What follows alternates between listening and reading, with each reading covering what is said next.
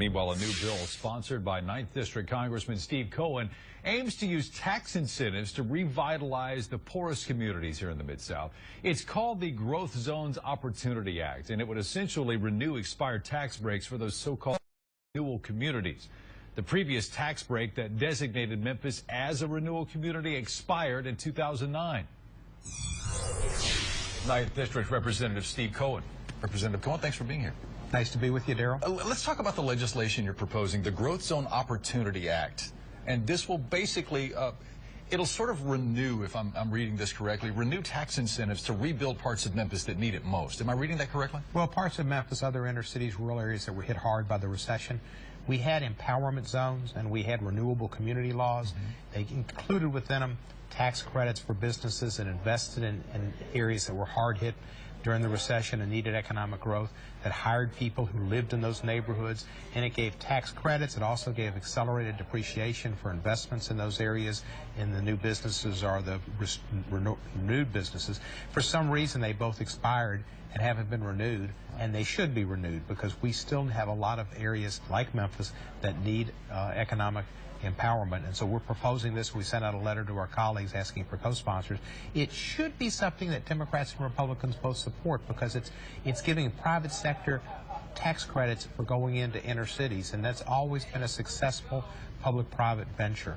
Now, the Republicans sometimes are concerned about the cost on the budget because tax credits cost money off the budget, but it's a good way to, if you could believe in private enterprise and helping people who need help, this is a good way to do it. Does this dovetail at all into the president's proposed Promise Zone grants? Of course, Memphis left out of the first round, but more to come, and even you have assured us that we could be in future rounds. Does that work at all in conjunction with that? Well, it would, because it would address the problems that are present in inner cities, and that's what the Promise Zone does, as well as the Promise Zone. The last grants, one went to an area in Oklahoma that was Indian reservation, so it doesn't necessarily have to be a city, but it's cities and rural areas that were hurt. And with the president's Promise Zones are areas that really kind of didn't get the economic activity that has come through the jobs bill that we passed back in 2009.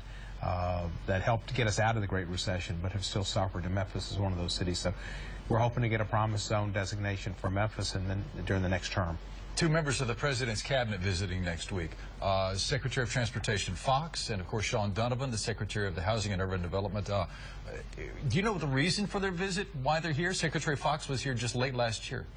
Well, I think we're also going to have the energy czar, too. I think they're coming to kind of review some of the projects they've been engaged in the past. And we've been a choice neighborhood city. There's been a lot of investment of the federal government in different areas in Memphis, working with the City Hall, and Mayor Wharton's worked close with them. And they want to look at some of the results of their work and remind people of the results of their work. And while they're here, of course, I'm going to get in, we'll be in Fox's ear talking about a possible a Tiger grant for next year, and also talking to Sean Donovan, who I've spoken to over time and time and again about the Promise Zone for Memphis. So it's a great opportunity for us to showcase the city, showcase our positive aspects, but also the problems we have, which would lend themselves to being a Promise Zone designated city, which is something I hope to accomplish. It's one of my goals. Congressman, your thoughts on the situation in Crimea?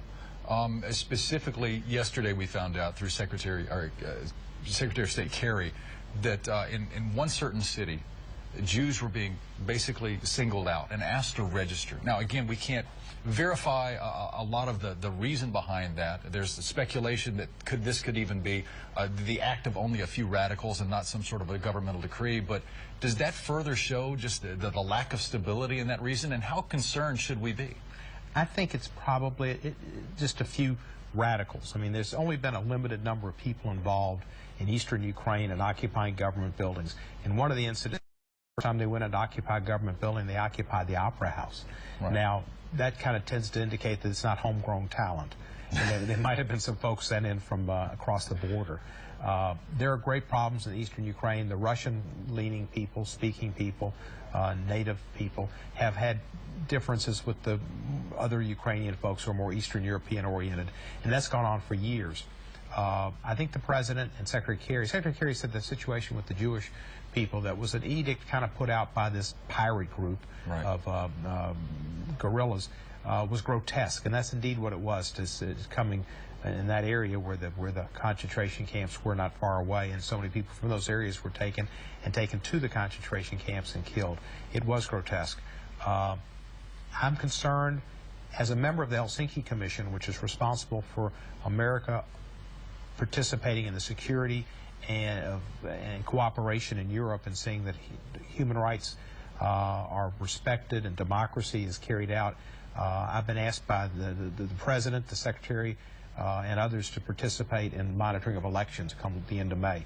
So I suspect I will be in Kiev in the end of May with Senator Cardin and Senator Whitehouse and some others, observing the elections during that period. We received word late this afternoon from your local office that coming up this Monday, you'll be holding a news conference regarding a very, it was labeled a big announcement, a large announcement. Can you tell us what's that regarding? Because we're all assuming that has something to do with your possible campaign for re-election and looking for a 5th term.